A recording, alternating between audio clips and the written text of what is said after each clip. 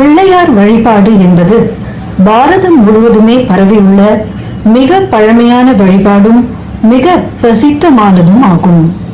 படித்த பண்டிதர் முதல் பாமரன் வரையிலும் பிள்ளையார் வழிபாடு என்பது பொதுவானதாகவே இருக்கின்றது.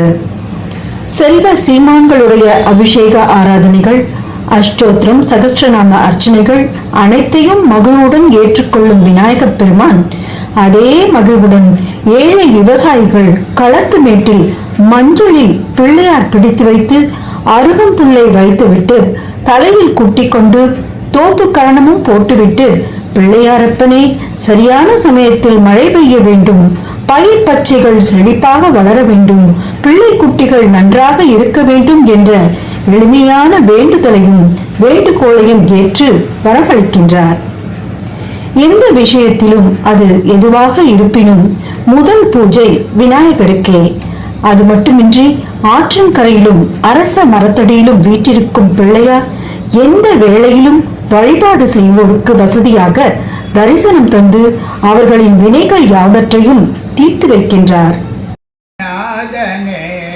குணபோதனே கணநாதனே குணபோதனே கஜமாமுக கதினிய கணநாதனே குணபோதனே கஜமாமுக கதினிய கணநாதனே குணபோதனே வினையே இல்லா பெருவாழ்வினை இணையே இல்லா பெருவாழ்வினை இணைத்தேயருள் தெய்வாயநாதனே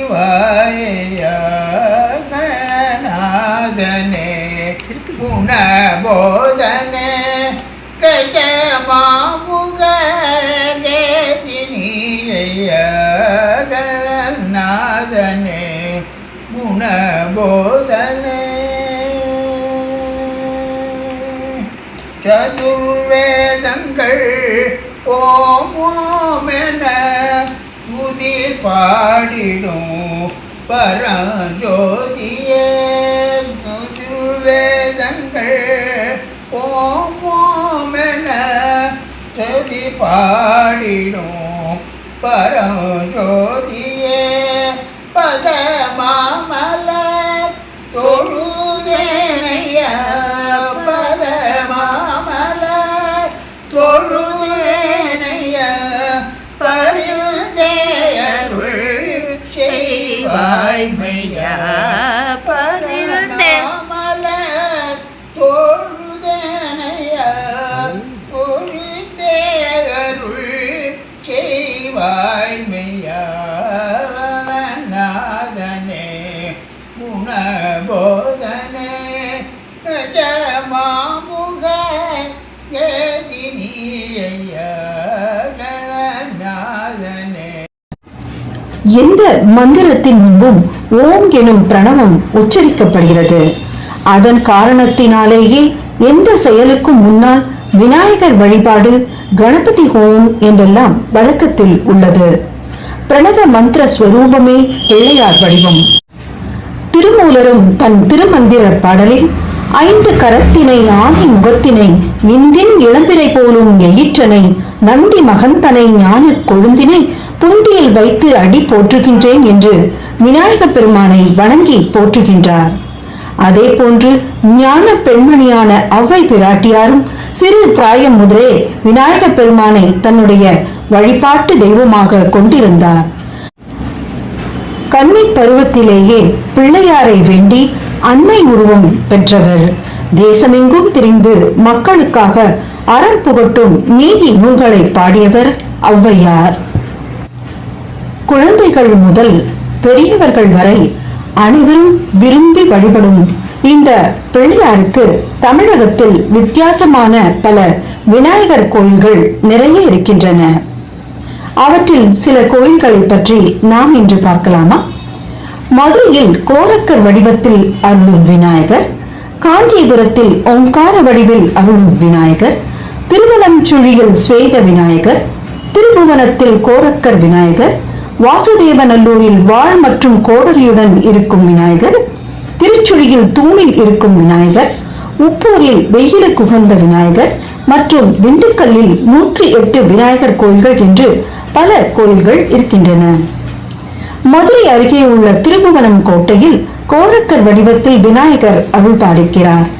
இவர் நோய்களை தீர்ப்பதிலும் சனி தோஷம் நீக்குவதிலும் வல்லவர் என்று நம்பப்படுகிறது. காஞ்சிபுரத்தில் உள்ள ஓணேஸ்வரர் கோயிலில் ஓங்கார வடிவில் விநாயகர் அருள் பாலிக்கிறார். திருவலஞ்சுழியில் உள்ள கோவிலில் ஸ்வேத விநாயகர் அருள் பாலிக்கிறார்.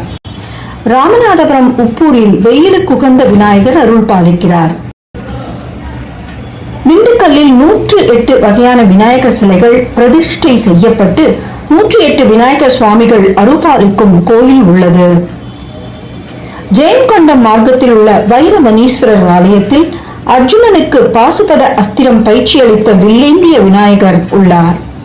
விருதுநகர் அருகே உள்ள திருச்சுழி சிவன் கோவிலில் விநாயகர் தூணில் உள்ளார் மற்றும் சுசீந்திரம் தானுமாலையன் ஆலயத்திலும் தூணில் விநாயகரை தரிசிக்கலாம். காஞ்சிபுரத்தில் உள்ள ஓணேஸ்வரர் கோவிலில் வயிறுத்தாரி பிள்ளையார் என்ற பெயரில் விநாயகர் இருக்கிறார். அருப்புக்கோட்டையில் படித்துறை விநாயகர் கோவில் உள்ளது. இங்கு விநாயகர் ஜடாமுடியுடன் வித்தியாசமான கோலத்தில் அருள் பாலிக்கிறார். நாகர்கோவில் வடிவீஸ்வரம் கோவிலில் வீணை ஏந்திய கோலத்தில் விநாயகர் உள்ளார். திருப்புறம்பியத்தில் பிரளயம் காத்த விநாயகர் உள்ளார். இவருக்கு குடம் குடமாக தேன் அபிஷேகம் செய்தால் விநாயகர் திருமேனி அதனை உறிஞ்சிக் கொள்கிறது. வள்ளியூர் சுப்பிரமணியர் கோவிலின் உள்ளே ஆச்சாரிய விநாயகர் உள்ளார். யானை உருவில் வந்து வள்ளியை பயமுறுத்தி தம்பி முருகனிடம் அடைக்கலம் புக வைத்த விநாயகர் இவர். சென்னை மீஞ்சூருக்கு அருகில் உள்ள செட்டிப்பாளையம் கோவிலில் வலப்புறம் சாய்ந்த நிலையில் அருளும் பிள்ளையாரை நாம் தரிசிக்கலாம். இவரை வலஞ்சுழி விநாயகர் என்று சொல்வார்கள். கிருஷ்ணகிரி மாவட்டம் பாகலூரில் சிவலிங்க ஆவுடையாரின் மேல் வலது கையில் ஒடிந்த தந்தத்துடனும் இடக்கையில் கொழுக்கட்டையுடனும் ஈசான்ய திசையை நோக்கி விநாயகர் வீற்றிருக்கிறார். திருநெல்வேலி மாவட்டம் சேரன்மாதேவியில் உள்ளது மிளகு பிள்ளையார் ஆலயம். மழை பொய்த்து போகும் காலங்களில் இவரது உடலில் மிளகை அரைத்து தடவி அபிஷேகம் செய்வித்தால் உடனே மழை பொழியும் அற்புதம் நிகழ்கிறது. விழுப்புரம் அடுத்த தீவனூரில் நெற்குத்தி விநாயகர் லிங்க வடிவில் அருள் பாலிக்கிறார். இந்த லிங்க திருமேனிக்கு அபிஷேகம் செய்யும் போது அதில் உள்ள விநாயகரை நாம் தரிசிக்கலாம். நாகப்பட்டினம் செண்பகபுரியில் உள்ளது ஆதி கும்பேஸ்வர சுயம்பு விநாயகர் ஆலயம். இவரது சந்நிதி கோஷ்டங்களில் மும்மூர்த்திகளும் அருள்வது வித்தியாசமான அமைப்பு. தூத்துக்குடி மாவட்டம் ஆறுமுகமங்கலத்தில் ஆயிரத்தெண் விநாயகர் அருள்கிறார். இங்கு சித்திரை மாத பிரம்மோற்சவத்தின் 7ஆம் நாள் நடராஜ பெருமானுடன் பஞ்சமுக ஹேரம்ப கணபதி திருவீதி உலா வருகிறார். கோயமுத்தூர் மத்தம்பாளையத்தில் காரண விநாயகரை தரிசிக்கலாம். இந்த கோவிலில் விநாயகர் அருகில் நந்தியம் பெருமான் வீற்றிருப்பது தனிச்சிறப்பு. சேலம் மாவட்டம் ஆத்தூரில் தலையாட்டி கணபதி எனும் காவல் கணபதி வீற்றிருக்கிறார். இவர் தலையை ஆட்டும் விதமாக இடதுபுறம் சாய்ந்தபடி அருள்கிறார். சிதம்பரத்திலிருந்து 17 கிலோமீட்டர் தொலைவில் உள்ளது திருநாரையூர். இங்கு நம்பியாண்டார் நம்பிக்கு அருள் புரிந்த பொல்லா பிள்ளையார் அருள் பாலிக்கிறார். ராஜராஜ சோழனுக்கு சைவ திருமுறைகளை தொகுக்க உதவியவர் இவர். உளியால் செதுக்கப்படாத, அதாவது பொல்லா என்ற அர்த்தத்தில் பொல்லா பிள்ளையார் என்பது இவரது பெயரின் விளக்கமாகும். திருவையாறு கோவிலில் அருள்கிறார் ஓலமிட்ட விநாயகர். ஆற்றில் வெள்ளப்பெருக்கு ஏற்பட்டிருப்பதை உணர்ந்த நள்ளிரவில் ஓலமிட்டு ஊர் மக்களை காப்பாற்றியதால் இவருக்கு இந்த திருநாமம் ஏற்பட்டது. இதே தலத்தில் லிங்கத்தின் ஆவுடையார் மீது அமர்ந்தருளும் ஆவுடை பிள்ளையாரையும் நாம் தரிசிக்கலாம். கோயமுத்தூர் மத்தம்பாளையத்தில் காரண விநாயகரை தரிசிக்கலாம். இந்த கோவிலில் விநாயகர் அருகில் நந்தியம் பெருமான் வீற்றிருப்பது தனிச்சிறப்பு. கும்பகோணம் ஆடுதுறைக்கு அருகே உள்ள மருத்துவ குடியில் தேள் போன்ற வடிவமைப்பில் விருச்சிக பிள்ளையார் அருள்கிறார். திருச்சிக்கு அருகே உள்ள பிச்சாண்டவர் கோவில் சின்ன வாகனத்தின் மீது பஞ்சமுக விநாயகர் 5 அடி உயரத்தில் அருள் புரிகிறார். கும்பகோணத்தில் உள்ள விநாயகருக்கு கரும்பாயிரம் கொண்ட விநாயகர் என்று பெயர். அதேபோல் திருவண்ணாமலை ஆலய சுவரில் வீற்றிருக்கும் 1 ஜான் உயரமே கொண்ட விநாயகருக்கு 1000 யானை திரை கொண்ட விநாயகர் என்றும், திருநெல்வேலி நகரில் 8000 பிள்ளையார் என்றும், ஆறுமுகமங்கலம், கிணாக்குளம் ஆகிய ஊர்களில் 1000 விநாயகர் எனும் பெயர்களிலும் அருள் பாலிக்கிறார். கற்பக விநாயகர் கோவில் அல்லது பிள்ளையார்பட்டி கோயில் என்று அறியப்படும் தமிழ்நாட்டின் மிக புகழ்பெற்ற விநாயகர் கோவில் சிவகங்கை மாவட்டம் திருப்பத்தூரில் அமைந்துள்ளது. இது ஒரு பாறை குடைவு கோயில். உச்சி பிள்ளையார் கோவில் திருச்சியில் உள்ள மலைக்கோட்டை 3 பில்லியன் ஆண்டுகள் பழமை வாய்ந்ததாக கருதப்படுகிறது. இந்த மலைக்கோட்டையின் உச்சியில் அமைந்துள்ள பழமையான விநாயகர் கோவிலான உச்சி பிள்ளையார் கோவில் பல்லவர்களால் கட்ட ஆரம்பிக்கப்பட்டு பின்பு 7ஆம் நூற்றாண்டில் மதுரை நாயக்கர்களால் கட்டி முடிக்கப்பட்டது. தரை மட்டத்திலிருந்து 273 அடி உயரத்தில் அமைந்துள்ள இந்த கோவிலை அடைய 437 படிகள் ஏறிச் செல்ல வேண்டும். கோவை புலியகுளம் பகுதியில் 1982ஆம் ஆண்டில் நிறுவப்பட்டதுதான் புலியகுளம் முந்தி விநாயகர் கோவில். இங்கு வீற்றிருக்கும் மூலவர் முந்தி விநாயகர் சிலை 19 அடி உயரத்தில் 190 டன் எடை கொண்டது. இது ஆசிய கண்டத்திலேயே மிகப்பெரிய கருங்கற்சிலைகளில் ஒன்றாகும். இது 1998ஆம் ஆண்டில் நிறுவப்பட்டது. கணேசன், ஏகதந்தன், கணபதி, விநாயகன், கணநாதன், கங்கை பெற்றோன், அங்குசதாரி, பிள்ளையார், ஒற்றை கொம்பன், கயமுகன், மயூரேசன், பரசுபாணி, லம்போதரன், ஒற்றை மறுப்பினன், ஹேரம்பன், பாசங்குசதரன், அங்குசபாணி, வக்ரதுண்டன், அத்திமுகத்தோன், ஜேஷ்டராஜன், நிஜஸ்திதி, முரக்கண்ணன், நம்பிகை தனையன், ஆசாபூரன், ஆகுயத்தோன், கணாதிபன், பரதன், ஆகீசன், விகடராஜன், வல்லவம்மன், முன்னோன், மகாவித்ய கணபதி, விக்னநாயகன், நிதி கணபதி, சித்தி புத்தி விநாயகர், மகோதரன், சயன கணபதி, வக்ரதுண்டன், சந்தான லட்சுமி கணபதி, ஷிப்ர பிரசாத கணபதி, தரணீதரன், விக்னராஜன், சித்தி கணபதி, சித்தி புத்திபதி, விகட சக்கரன், பிரம்மணஸ்தபதி, ஆனி முகத்தோன், வேட முகத்தோன், ருணஹரள கணபதி, மோதக பிரியன், தும்பிகை ஆழ்வார், நர்தன கணபதி, மாங்கல்யேசர், லட்சுமி கணபதி, விக்னேஸ்வரன், பார்வதி புதல்வன், கௌரி மைந்தன், திரியம்பகன், மகா கணபதி, மூத்தோன்,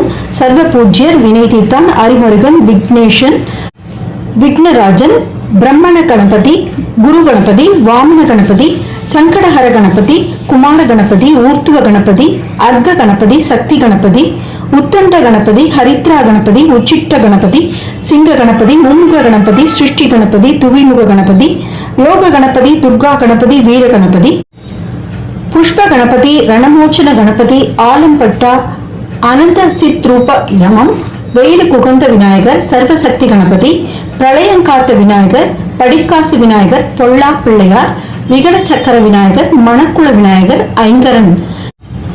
இப்பொழுது நீங்கள் கேட்டது 100 பெயர்கள். இதைவிட அதிகமாக ஆங்காங்கே எத்தனையோ பெயர்களில் செல்லமாக பிள்ளையார் வணங்கப்பட்டு வருகிறார்.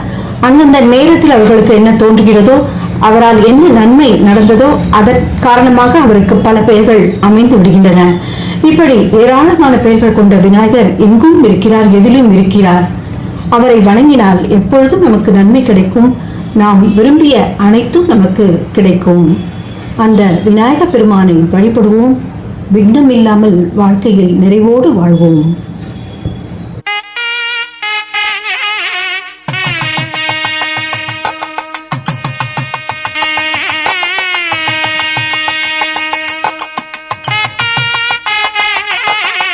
பிள்ளையார்கிடம் முருகனுக்கு எப்படி அறுபடை வீடுகள் இருக்கு அப்படிங்கிறது நமக்கு எல்லாருக்குமே தெரியும். முருகனுக்கு தான் அறுபடை வீடு இருக்கு இல்லையா? பிள்ளையாருக்கு அறுபடை வீடு இருக்குங்கிறது இங்க இருக்கிற பெரியவாளுக்கு எல்லாருக்கும் தெரியும். போயிருப்பேன் நிறைய பேரு. அறுபடை வீடு, பிள்ளையாரோட அறுபடை வீடு நம்ம கோவிலுக்கு தெரியும். ஆனா எனக்கு தெரிஞ்ச விஷயங்கள் நான் அவங்க கூட ஷேர் பண்ணணும்னு ஆசைப்படுறேன். நான் பிள்ளையாருடைய அறுபடை வீடுகள்ல முதல் படையாம் வீடு இருக்கக்கூடியது திருவண்ணாமலை. திருவண்ணாமலையில வந்து பிள்ளையாரோட முதல் படை வீடாக கொண்டு வரோம். ரெண்டாவது வந்து திருப்பரங்குன்றம் வந்து பிள்ளையாரோடைய இரண்டாவது படை வீடு திருப்பரங்குன்றம். அதே மாதிரி மூன்றாவது வந்து திருக்காடுதுறை அப்படிங்கக்கூடிய இடத்துல வந்து பிள்ளையார் இருக்காரு. அதே மாதிரி இது வந்து திருச்சியில இருக்கக்கூடிய உச்சி பிள்ளையார் கோவில் நம்ம எல்லாருமே பார்த்திருப்போம். உச்சி பிள்ளையார் கோவில் அங்க வந்து ரொம்ப ரொம்ப விசேஷமான ஒரு கோவில். அங்க இருக்கக்கூடிய பிள்ளையார் மூலமா தான் திருச்சி ஸ்ரீரங்க பெருமான் வந்து அங்க அமர்ந்ததும் அதே பிள்ளையார்னாலதான் இல்லையா? காவேரி அவர் ராஜா வரும்போது ஒரு நிமிஷம் என் கையில வச்சிருக்கோ, நான் சந்தி பண்ணிட்டு வரேன் அப்படின்னு சொல்லும் போது நான் 3 தடவை சொல்லுவேன். அதுக்கப்புறம் நான் கீழே வச்சுடுவேன் அப்படின்னு. வச்சுடாதன்னு சொல்லுவான். வச்சுடாதன்னு சொல்றதுக்குள்ளே நான் 3வது தடவை சொல்லிட்டேன் அப்படின்னு பெருமாளை அங்க வச்சிருவார். பெருமாள் அங்க வச்ச லங்கையை பார்த்துதான் பெருமாள் இருப்பார் அப்படிங்கிற சொல்ற மாதிரி உங்களுக்கு எப்பவுமே ஸ்ரீரங்க பெருமாளுடைய அனுகிரகம் இருக்கும். என் பக்கத்திலேயே பெருமாளை வச்சுக்கிறேன் அப்படின்னு சொல்லி சொல்ற மாதிரி அந்த மாதிரி ஒரு நிகழ்வு நம்மளுடைய மலைக்கோட்டை பிள்ளையார் கோவில்ல நடந்தக்கூடிய ஒரு மிகப்பெரிய ஒரு அற்புதம் அதிசயம் நடக்கக்கூடிய ஒரு அழகான ஸ்தலம் அது. அந்த ஸ்தலத்துக்கு நம்ம எல்லாருமே எப்பவுமே விரும்பி போகக்கூடிய ஒரு ஸ்தலம். என்னன்னா கொஞ்சம் உயரத்துல இருக்காரு, அவ்வளவுதான். எல்லா இடத்துலையும் பிள்ளையார் கூப்பிட்டோட தான் இருப்பார், அங்க மட்டும் கொஞ்சம் உயரத்துல இருப்பாரு பிள்ளையார் இல்லையா? அந்த மாதிரி ஒரு அற்புதமான இது. அடுத்தது வந்து நமக்கு எல்லாருக்குமே இன்னொரு பெரிய ஒரு விரும்பி போகக்கூடிய இடம் கேட்டேன்னா பிள்ளையார்பட்டி பிள்ளையார். பிள்ளையார்பட்டி பிள்ளையார் வந்து கற்பக விநாயகர். கற்பக விருட்சமா இருக்கார். கற்பக விருட்சமா எல்லா இடத்துலயும் இருக்கக்கூடிய கணபதிக்கு அந்த இடத்துல கோவில் கொண்டிருக்கக்கூடிய ஒரு ஸ்தலம் நம்மளுடைய பிள்ளையார்பட்டி இருக்கக்கூடிய பிள்ளையார். அந்த மாதிரி அடுத்தது வந்து ஒரு பெரிய ஒரு இது நம்ம எல்லாருமே சினிமால பார்த்துருப்போம். இது துண்டிக்கை விநாயகர் கோவில் சொல்லுவோம். துண்டிக்கை விநாயகர் கோவில் வந்து 6வது ஸ்தலமா இருக்கக்கூடிய பிள்ளையார் கோவில். அந்த கோவில்ல வந்து திருநாரையூர் அப்படிங்கக்கூடிய ஊர்ல இருக்கக்கூடியது. பிள்ளையாருடைய பெயர் வந்து பொல்லா பிள்ளையார் இல்லையா? அந்த கோவிலுடைய பிள்ளையார் ரொம்ப ஸ்தல வரலாறு வந்து ரொம்ப விசேஷமான ஒரு ஸ்தலம், விசேஷமான ஒரு பூஜைகள் நடக்கக்கூடிய ஒரு ஸ்தலம். அந்த இடத்துல பொல்லா பிள்ளையார் இருக்கக்கூடிய ஸ்தலம். ஸோ இந்த மாதிரி பிள்ளையாருடைய அறுபடை வீடுகளையுமே நம்ம எப்படி முருகப்பெருமானுக்கு அறுபடை வீடுகள் நம்ம போறோமோ அது மாதிரி பிள்ளையாரோட அறுபடை வீடுகளுக்கும் நம்ம எல்லாருமே சேர்ந்து போய் பார்க்கக்கூடிய ஒரு ஸ்தலம். வாய்ப்பு இருக்கிறவா அதை பயன்படுத்திக்கிறோங்க. எங்க இருக்குங்கிறதுல நம்ம எல்லாருக்குமே இப்ப கையில ஒரு பெரிய ஒரு எக்யூப்மெண்ட் நம்ம கையில இருக்கு. அந்த எக்யூப்மெண்ட்ல கூகுள்ல போட்டோம்னாக்கா எல்லாருக்கும் அந்த ஸ்தலம் எல்லாருக்குமே நம்ம கையில வரக்கூடிய ஒரு அற்புதமான சான்ஸ் கிடைச்சிருக்கு. அதை எல்லாருமே உபயோகப்படுத்திக்கணும்.